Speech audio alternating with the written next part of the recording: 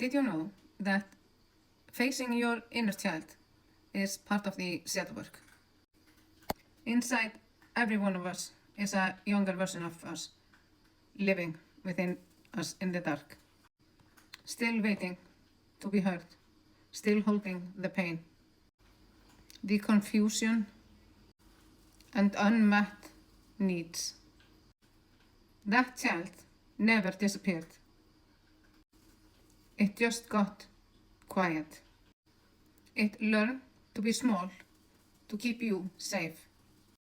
It learned to pretend everything was okay, even when it wasn't. But now you are an adult, and shadow work gives you the power to go back to them. Not to fix them, but to love them. To hold their hand through the memories they were never allowed to process. To say, you didn't deserve that. You were never too much. You are safe now. This is what reparenting means. It's not just about healing childhood wounds. It's about becoming the parent you always needed. The one who listens. The one who doesn't punish your feelings. The one who says, I love you no matter what. Facing your inner child is the most sacred and tender work you will ever do.